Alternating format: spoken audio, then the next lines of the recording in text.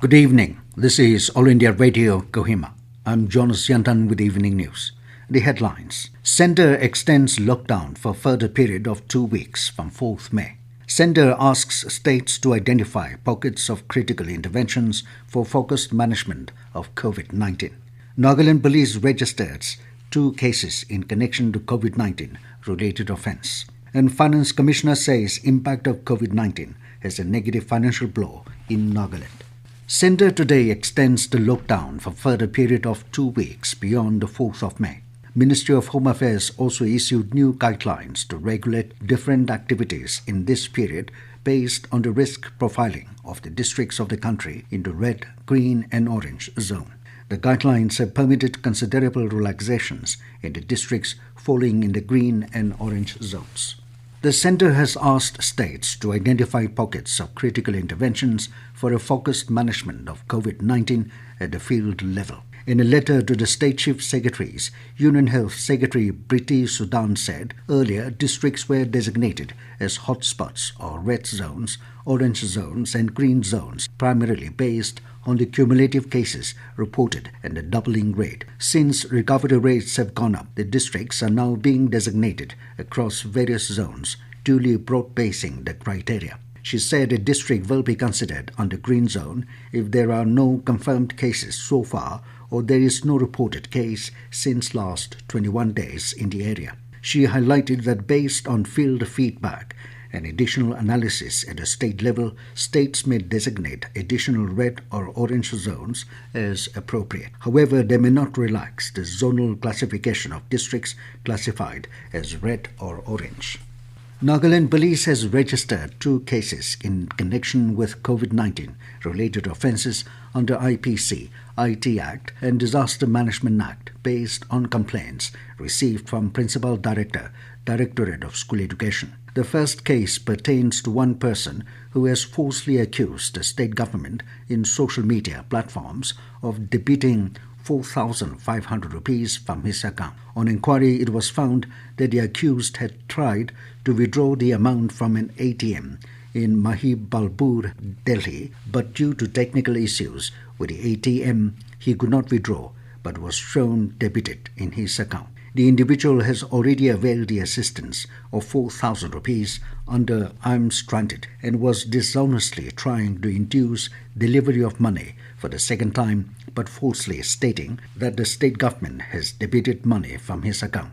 The accused in this case has been served summon to appear before the police. The other case relates to an anonymous person who has applied for the assistance under the same welfare measure provided by the state government for people stranded outside the state. Nagaland Police has again appealed to the public to refrain from spreading unverified news which will lead to panic or alarm in times of this COVID-19 pandemic. Further stringent action will be taken against any individual under relevant sections of law, including Disaster Management Act and the Epidemic Act, for any violation of the law. Minister for Health and Family Welfare S. Pangyupom inaugurated a True Nut machine for preliminary screening of samples at District Hospital Magukchung. The True Nut machines have been received from the Ministry of Health and Family Welfare for the districts of Magukchung and Mon. Pangyu also visited the COVID hospital at Magukchung. He informed that till now, the number of stranded people or in distress outside the state due to lockdown and who have been given cash assistance has risen to 13,962. It comprises of 10,298 working people, 3,510 students and 154 patients. The minister also informed that 5.48 crore rupees have been dispersed. This news comes to you from All India Radio, Kohima. Additional Chief Secretary and Finance Commissioner Cindy Younger Imchen today said impact of COVID-19 has huge negative impact on the tax revenues of governments all over the world, including India, having gone into lockdown since 25th March. Briefing media persons on the status of the state's economy today at Kohima, Imchen said the current situation has also negatively impacted the revenue of the central government as well as the states and union territories.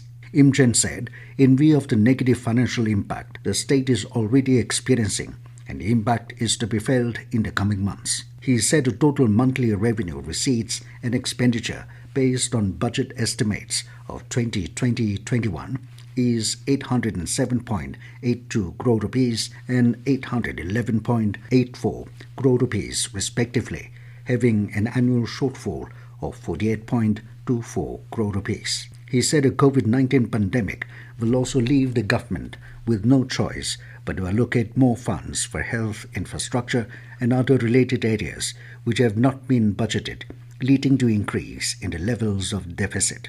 In this, Imchan said, the state government has taken preemptive steps in the form of certain austerity measures by freezing all fresh appointments, freeze on DA/DR, cut on non-developmental expenditure, while pro rata cuts on developmental expenditure, which is under examination. In addition, he added that the state government has also taken steps to augment the revenues of the state by increasing the rate of tax on petroleum products in the form of COVID-19 cess to supplement the resources of the state in fighting the COVID-19 pandemic. He also informed that Chief Minister Nipirio has already written the Prime Minister Narendra Modi on the financial crisis of the state. Jharkhand becomes the first state to bring its migrant labourers back home through the first train run between Lingambali railway station in Telangana to Hadia railway station in Ranchi today post-lockdown orders. After Ministry of Home Affairs' recent directives to states to bring back its stranded labourers, migrants and students issued on April 29, the effort by the state government has brought hopes on many faces. DRM Hadia railway station has confirmed that a special train was run today from Lingambali, Hyderabad to Hadia at Jharkhand on request of the state government and as per directions of Railway Ministry.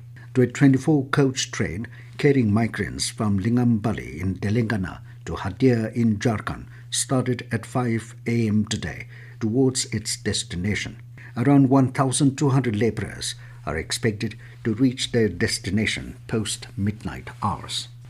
A total of 35,043 COVID-19 cases have been reported in the country so far. As per Health Ministry, 8,889 patients have recovered after treatment and discharged from the hospitals, while 1,147 patients have died. In Nagaland, the total number of samples sent for testing is 664, out of which 650 samples have been reported negative, while the result for 14 samples are awaited. Meanwhile, the number of samples sent after 3 p.m. yesterday till 3 p.m. today is 11.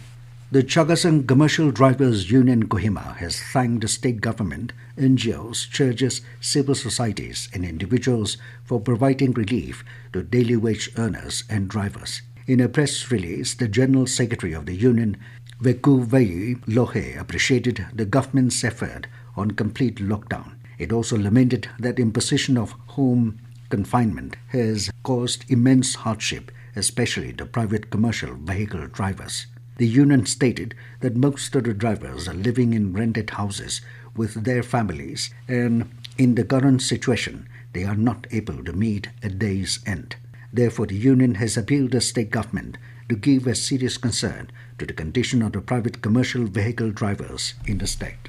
Nagaland Governor, Chief Minister and Deputy Chief Minister have extended Moatse greetings to all the people of Nagaland and to the Ao community in particular. In his message, Governor R.N. Ravi lauded the Ao community in observing the festival with a prayer from their respective homes, asking for blessings from the Almighty. The Governor also wished the Ao community a happy, meaningful and blessed Moatse celebration. Chief Minister Nipirio has extended greetings to the Ao community on the occasion of Moatse festival. In a tweet, Rio wished happiness, good health and prayer of protection from the Almighty to celebrate our rich cultural heritage in the future. Deputy Chief Minister Y. Button, while extending Moatse greetings to the Ao community, said restriction of large gatherings should not dampen the spirit of festivity, as it can be celebrated meaningfully in their respective homes by observing social distancing. He appreciated the initiative of Ao Senden for asking its members to refrain from celebrating the festival publicly. The Deputy Chief Minister wished peace, prosperity and goodwill to our community on the occasion. All India Radio Kohima will be broadcasting the School Education Department audio classes for students in Nagaland starting from tomorrow. The classes will cover important subjects under Nagaland Board of School Education for classes 8, 9, 10 and 12. AIR Kohima will broadcast 3 hours class every day from 10:10 a.m. to 11:55 a.m. and from 6 p.m. 7:10 p.m. The first week of audio class is scheduled for class 9 and 10. Tomorrow, the pre-recorded audio lessons for class 10 subjects will include social science, English and science from 10:10 a.m. to 11:55 a.m., while for class 9, subjects on English and science will be broadcast from 6 p.m. to 7:10 p.m. The video classes began this evening at Doordarshan Kendra, Kohima. The audio-visual class from AII and DD Kohima will reach a total of 1,03,554 students covering classes 8 to 10 and class 12 in the state. The broadcast schedule is made in such a way that only 2 classes will be having the lessons on a particular day so that children will not group up in large numbers in schools or village council halls where the broadcast is heard or viewed. Students can also watch the lessons from Facebook page at DOSENL and YouTube channel at DOSE Nagaland. And now 20 news, here are the main points again. Centre extends lockdown for further period of 2 weeks from 4th May. Centre asks states to identify pockets of critical interventions for focused management of COVID-19. Nagaland Police registers 2 cases in connection to COVID-19 related offence. And Finance Commissioner says impact of COVID-19 has a negative financial blow in Nagaland. That is all we have in this evening news bulletin. Good night.